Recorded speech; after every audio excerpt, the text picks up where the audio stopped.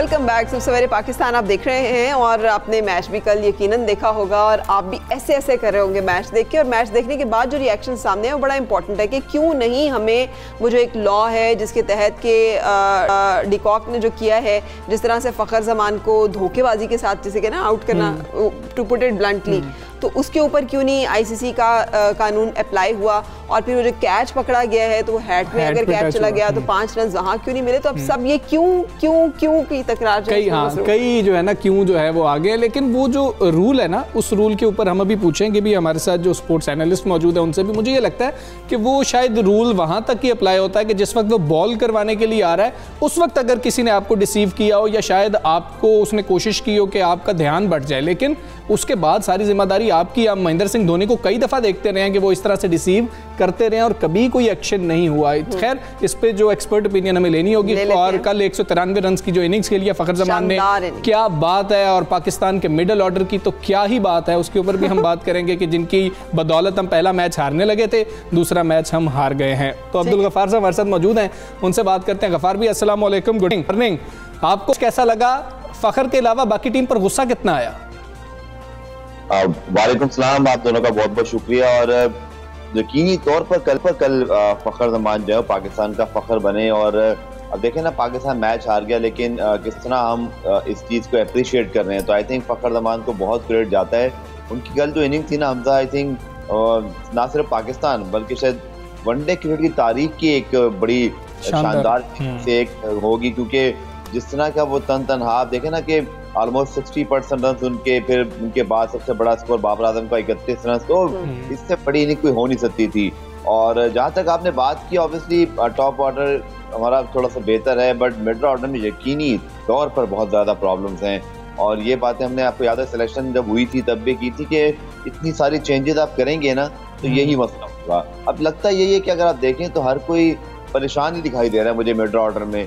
Asif Ali one day team में थे नहीं, अचानक से वो आ गए। इसी तरह अगर आप दानिश अजीज को देखें, वो बिल्कुल तैयार ही दिखाई नहीं दे रहे इंटरनेशनल क्रिकेट के लिए तैयार हैं। आई थिंक ये बड़ी बेसिक चीज़ें होती हैं कि आप कम से कम अपने यंगस्टर्स को पहले घर पे मौका देते हैं। आपके पास होम सीरीज थी साउथ अफ्रीका के खिलाफ, वहाँ पर जिस लड़के ने परफॉर्म किया होता उसको जाके आप खिला देते। ये कैसे हो सकता है कि आप दुनिया के बेहतरीन पेस बॉलिंग अटैक, आप देखें ना, इंडियन प्रीमियर लीग दुनिया की बेहतरीन क्रिकेट लीग है और ये तीनों फास्ट बॉलर से पिक हुए हैं, जिससे अंदाजा होता है ना कि इन तीनों के पास पेस है, इनके पास क्वालिटी है। आप अपने यंगस्टर्स को बगैर पाकिस्तान में खिलाए उनके सामने अगर आप ऐसे बेयारो मददगार छोड़ेंगे तो यही हाल होगा। अच्छा, वैसे हम पिछला मैच जीत गए थे तो बड़े खुश भी थे और उम्मीद थी कि शायद हालात जो है बेहतर हों। तो ये एकदम से इस मैच में वो क्या बेसिक गलतियाँ, एक तो आपने मिडिल ऑर्डर का तस्करा कर दिया, कुछ बॉलर्स के बारे में भी बता दीजिए कि हैदर अली कहाँ गायब है। और दूसरा, आप भी यही समझते हैं कि फ़खर की गैर जिम्मेदारी है, लापरवाही है कि वो इस तरह से डबल सेंचुरी नहीं बना सके और आउट हो गए, या फिर डिकॉक की भी कोई जिम्मेदारी आप समझेंगे? ठीक है, बॉलर्स की देखें, एक चीज़ तो फर्क में समझनी पड़ेगी कि अब मॉडर्न डे वनडे क्रिकेट जो है ना वो 325, 330 ये एक पार स्कोर हो गया। आपने वर्ल्ड कप देखा होगा, इंग्लैंड की टीम अब तो 350 रन चेस कर लेती है। अभी इंडिया इंग्लैंड की सीरीज में जब 330 बनते थे तो ये कहा जाता था कि ये रन नहीं बने अच्छे। तो कल 341 जब बने थे तो देखें ये शायद 15 या 20 रन ज्यादा जरूर बन गए, बस 320, 325, 330 तो बनेंगे ये। और विकेटें अब ऐसी बन रही है, फास्ट बॉलर्स हों, स्पिनर्स हों। एक चीज़ तो हमें समझनी पड़ेगी कि हमारे पास फास्ट बॉलिंग बेहतर है, बट शादाब खान की फॉर्म, उनकी जो स्पिन डिपार्टमेंट है वहाँ पाकिस्तान बुरी तरह लैग कर रहा है। हमें जब तक एक अच्छा जेन्युइन स्पिनर नहीं मिलेगा, पाकिस्तान को प्रॉब्लम रहेगी। लिमिटेड ओवर में फास्ट बॉलर्स को रन तो पड़ते हैं। दूसरी जानिब तो आपकी बात है फ़खर जमान की, देखें कोई भी इतनी शानदार इनिंग्स खेल कर कम से कम इस तरह की जो है वो आप इस लॉ को जैसे मर्जी इंटरप्रेट कर ले, माइट भी के आईसीसी का मैच रेफरीज पे एक्शन ले ना ले, अप टू हिम।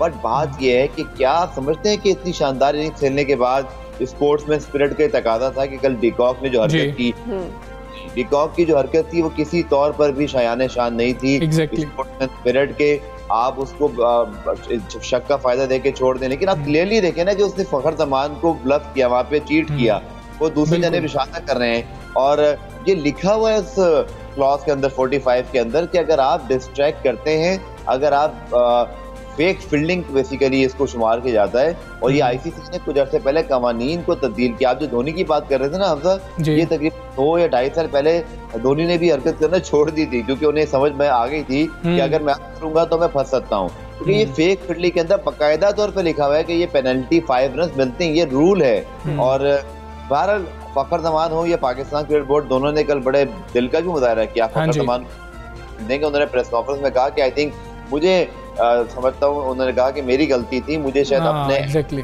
नजर रखनी चाहिए थी, बट आई थिंक ठीक है। गफ्फार भाई हमें जरा ये बताएं कि हमने पहले मैच में बाबर आजम की सेंचुरी देखी, उसके बाद उनको आउट होता हुआ देखा, जहां पर हम मैच इजीली जीत सकते थे, वहां पर हमने देखा कि बहुत ही केयरलेस थे वो। फिर हमने फखर जमान की इनिंग्स देखी, हमने फखर पर बहुत तनकीद किया जब उनकी फॉर्म बेहतर नहीं थी। क्या उनके शॉट्स पहले से बहुत ज़्यादा बेहतर नहीं हो गए? उनकी शॉट सिलेक्शन बहुत अच्छी थी, और 100 के बाद जो उन्होंने तेज़ रफ्तार रन्स बनाए, टीम के लिए रन्स बनाए, और शाहीन शाह अफरीदी को उन्होंने कहा कि आप इस बॉल को यहाँ पर ही ब्लॉक करें, मैं अगले ओवर में कोशिश करूंगा कि हम मैच जीत सकें। कितनी सेल्फलेस इनिंग्स थी। बिल्कुल, देखिए फखर जमान जब पाकिस्तान की न्यूजीलैंड के दौरे पे आपको हमजा याद होगा, इसलिए ड्रॉप हो गए थे। किस्मत के खेल देखिए कि इनको जाने से चंद घंटे पहले बुखार हुआ और टीम मैनेजमेंट ने इन्हें जो है वो घर बिठा दिया, और जब इनका कोविड टेस्ट हुआ तो वो भी नेगेटिव था। तो किस्मत के खेल देखिए, ये जाते जाते रुक गए, हालांकि कोविड नहीं भी था। तो ये चीज तो समझनी पड़ेगी कि फखर जमान हो या शर्जील खान, जिनके हवाले से ऑब्वियसली बहुत सारी भी बातें अभी आप सुनेंगे दोबारा जब उनके बदन पे या और सारी चीजें दोबारा से आएंगी, बट एबिलिटी देखनी पड़ेगी। देखिए फखर जमान, शर्जील खान जैसे प्लेयर आपको चाहिए।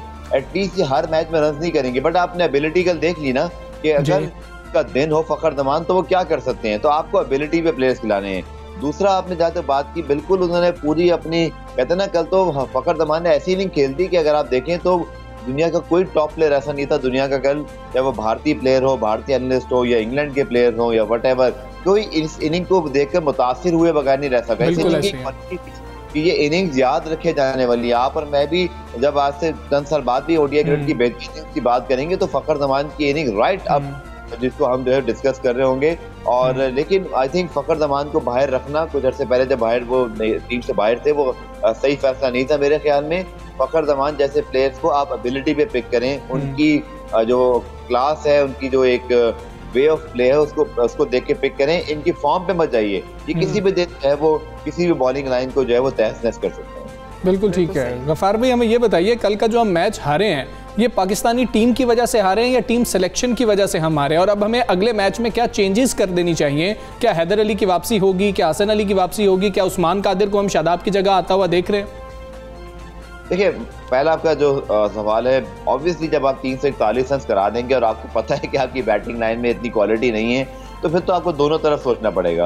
आपको अपनी बॉलिंग सबसे पहले इतनी तगड़ी करनी है हमदा कि आप मैक्सिमम 300 कंसीड करते हैं, जो कि इसमें मैंने कहा कि आप वो दौर नहीं है कि आप 300 रन करके परेशान हो। 310, 315 रन अब बन जाते हैं, 325 भी तकरीबन। लेकिन ये 340-50 के बाद असल में ये जो 5-10 रन है ना, यही मैच का पासा पलटते हैं। और कल भी अगर आप देखें तो आखिरी 2 ओवर में शाहीन को और तो मार पड़ी, शायद अगर आप 325 तक रिस्ट्रिक्ट करते हैं। लेकिन चलिए, डेविड मिलर बहुत बड़े प्लेयर हैं, वो दुनिया की हर टीम को इसी तरह स्ट्राइक करते रहे। चेंजेस की आपने ज्यादा बात की, हसन अली की शमूलियत तो यकीनी है, उनको तो सिर्फ रेस्ट करवाया गया था कि कोविड के बाद वो ऑब्वियसली थोड़ा सा रेस्ट करके वापस आए। हैदर अली को भी खिलाना तो पड़ेगा आपको। देखे, दानिश अजीज और आसिफ अली दोनों एक साथ नहीं खेलते। असल जो डिसीजन लेना है ना हमदा, वो ये होगा कि क्या आप अपने नायब कप्तान शादाब खान को ड्रॉप करेंगे? उनकी उनकी फील्डिंग हमारे लिए प्राइमरी कंसर्न नहीं है। हमारे मैनेजमेंट को समझना पड़ेगा कि उनके जो 10 ओवर्स हैं, उनके जो मिडल ओवर्स हैं, उस्मान कादिर वेट कर रहे हैं। आपने जाहिद महमूद को इतने अच्छे टीम से बाहर निकाला हुआ है, तो चेंजेस तो इमिनेंट है। बाकी आपको भी पता है उनके 5 प्लेयर वापस जा रहे हैं, जिसका आपको 20 से 25% तो मैच शुरू होने से पहले ही फायदा हो जाएगा कि एक टीम के 4-5 खिलाड़ी।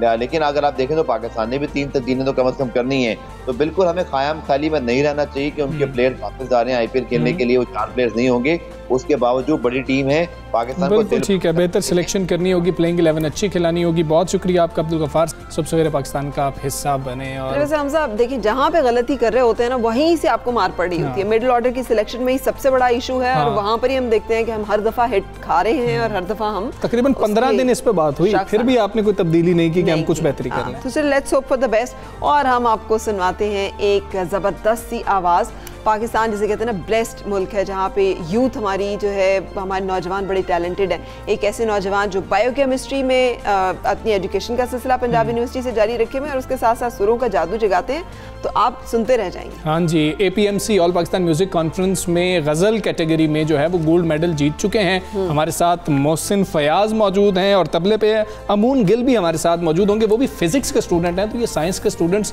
इधर क्या साइंस लड़ा रहे हैं वो उनसे जानते हैं। जी मोहसिन, अस्सलाम वालेकुम। जी वालेकुम अस्सलाम, बहुत बहुत शुक्रिया आप लोगों ने इनवाइट किया हमें। भाई सुना है कि आपकी आवाज़ बहुत खूबसूरत है और इसीलिए आपने ऑल पाकिस्तान म्यूजिक कॉन्फ्रेंस जो है उसमें भी गोल्ड मेडल अपने नाम किया गज़ल का। जी, ये अल्लाह पाक का करम है, दुआएं हैं। तो बायोकेमिस्ट्री के यहाँ पढ़ते पढ़ते आप गाने में आ गए? बस पीछे से FSC प्री मेडिकल की थी, तो घर वाले कहते थे डॉक्टर बनो, डॉक्टर बनो। जी जी बिल्कुल ऐसे ही है। ठीक है। तो आपने म्यूजिक में डॉक्टर बनना है? जी जी इंशाल्लाह। बायोकेमिस्ट भी हूँ, साइंटिस्ट भी बनना है और म्यूजिकोलॉजिस्ट भी बनना है। क्या सुना रहे हैं आज? मैं आपको कलाम सुना रहा हूँ हज़रत सच्चल सरमस का, वो इंशाल्लाह। जी।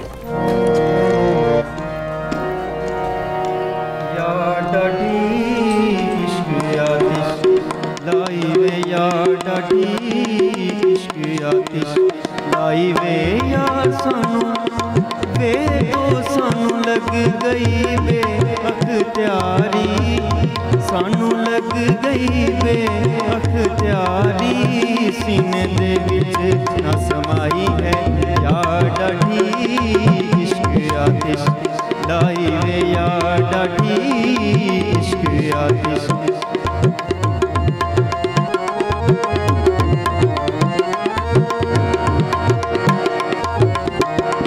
अवेड़ा बहन न देंदा, इश्क अवेड़ा बहन न देंदा, थी गदा कर मस्त करेंदा, थी गदा कर मस्त करेंदा, गति गति शाम आई है यार डाढ़ी इश्क आतिश, लाई वे यार डाढ़ी इश्क आतिश।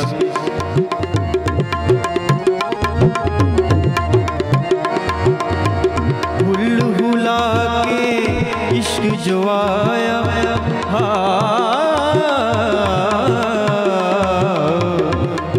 हुला के इश्क जो आया, मोहब्बत डाढ़ा शोर मचाया, था नाच नचाई है यार डाढ़ी इश्क आतिश, लाई वे यार डाढ़ी इश्क आतिश, लाई वे यार सानू वे दो सानू लग गई बे अख्तियारी, सानू लग गई बे अख्तियारी, सीने दे विच ना समाई है यार डाढ़ी इश्क आतिश, लाई है।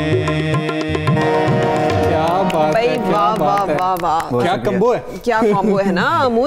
अमून बहुत खूबसूरत तबला, हम अमून आपको दिखा नहीं सक रहे, लेकिन उनकी भी क्या कमाल। जी, वो तबले वाले से कोऑर्डिनेशन होना बहुत ज़रूरी है। मुझे लगता है खासा रियाज आप दोनों का इकट्ठा। जी, रियाजत भी है, फ्रेंडशिप भी है। अच्छा, वेरी गुड। और सीखे हुए भी हैं आप? जी जी सीखे हुए भी। अच्छा अच्छा, माशाल्लाह। आपने गज़ल में क्योंकि गोल्ड मेडल लिया है और पाकिस्तान म्यूजिक कॉन्फ्रेंस में, हम कुछ गज़ल भी आपसे सुनना चाहेंगे। जी, आपको मैं गज़ल सुनाता हूँ। आप माशूक क्या हो गए, आप माशूक क्या हो गए, आशिकों के खुदा हो गए, आशिकों के खुदा हो गए, आप माशूक क्या हो गए, आप माशूक क्या हो गए, आशिकों के खुदा हो गए, आशिकों के खुदा हो गए।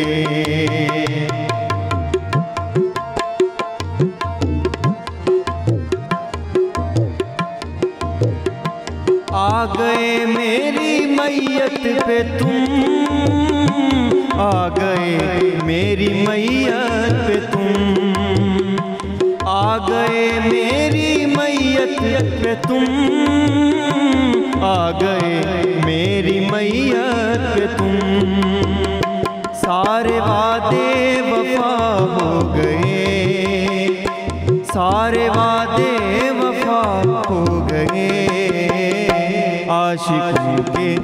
खुदा हो गए, आशिकों के खुदा हो गए। आप माशूक क्या हो गए, आप माशूक क्या हो गए, आशिकों के खुदा हो गए, आशिकों के खुदा हो गए। वाह वाह वाह, क्या बात आप लोग मुझे बताएं कौन सी जनरेशन के हैं? अब जैजी बी क्यों नहीं हुए?